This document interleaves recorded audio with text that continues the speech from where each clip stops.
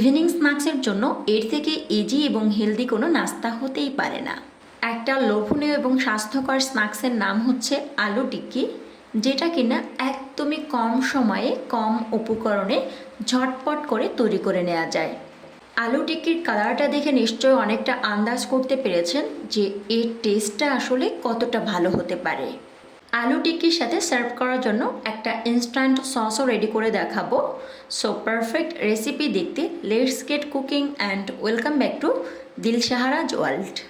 ফার্স্টেই বলেছিলাম আলু টিক্কি, তাই আলু টিক্কি তৈরি করার জন্য কিন্তু আমাদের মাস্ট আলু লাগবেই। আর আমি এখানে 2টা সিদ্ধ আলু নিয়েছি। এখন একটা গ্রেটারের সাহায্যে এই আলু দুটোকে একদম মিহি করে গ্রেট করে নেব। আপনি চাইলে এই গ্রেটারের পরিবর্তে একটা ম্যাশার অথবা হাত দিয়েও কিন্তু এই আলু দুটোকে খুব ভালো করে সফটলি ম্যাশ করে নিতে পারেন। গ্রেটার দিয়ে করলে হবে কি, আলুটা একদম সফটলি কিন্তু ম্যাশড হবে। আলু তো গ্রেট করা হয়ে গেল। এখন আমি এখানে অন্যান্য ইনগ্রেডিয়েন্টসগুলো অ্যাড করব। দিয়েছি পেঁয়াজ কুচি আর 1 টেবিল স্পুনের মতন দিচ্ছি পুদিনা পাতা কুচি।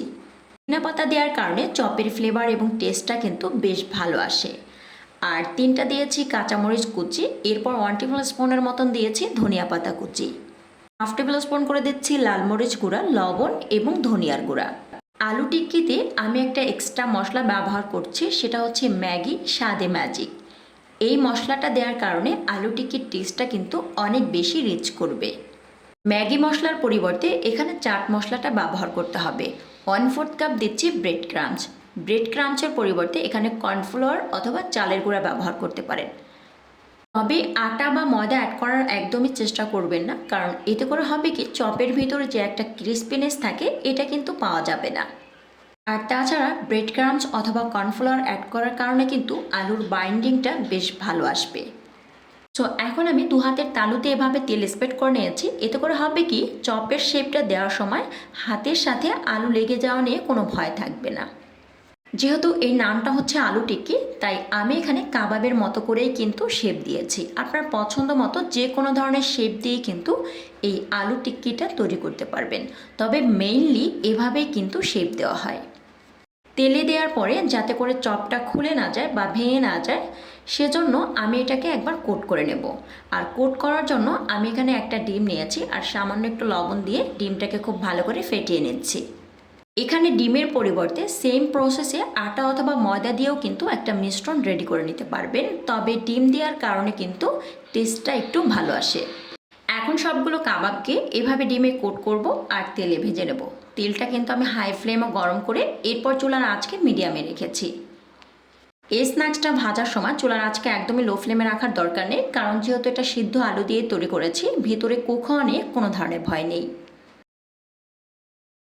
সো এভাবেই উল্টে পাল্টে কালারটা চেঞ্জ না হওয়া পর্যন্ত খুব ভালো করে এই কাবাবগুলোকে ভেজে নিচ্ছি।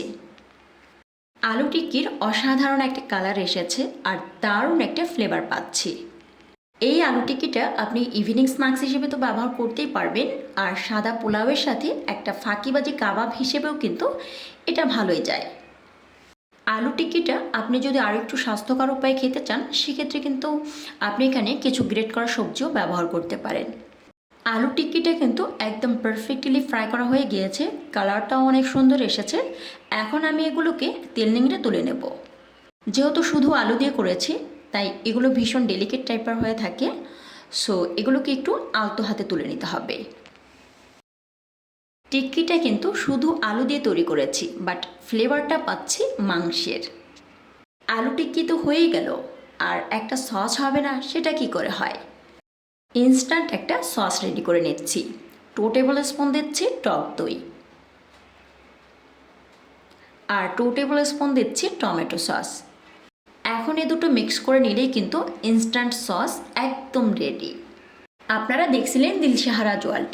এরকম সুন্দর সহজ এবং সুস্বাদু রেসিপি পেতে অবশ্যই দিলশাহারাজ ওয়ার্ল্ডের সাথে থাকবেন। ভিডিওটি ভালো লাগলে একটি লাইক করবেন এবং চ্যানেলটিতে সাবস্ক্রাইব করে পাশে থাকার আমন্ত্রণ করছি। আবারও দেখা হবে নতুন কোনো এপিসোড নিয়ে। ততক্ষণ পর্যন্ত ভালো থাকবেন, সুস্থ থাকবেন। আল্লাহ হাফিজ।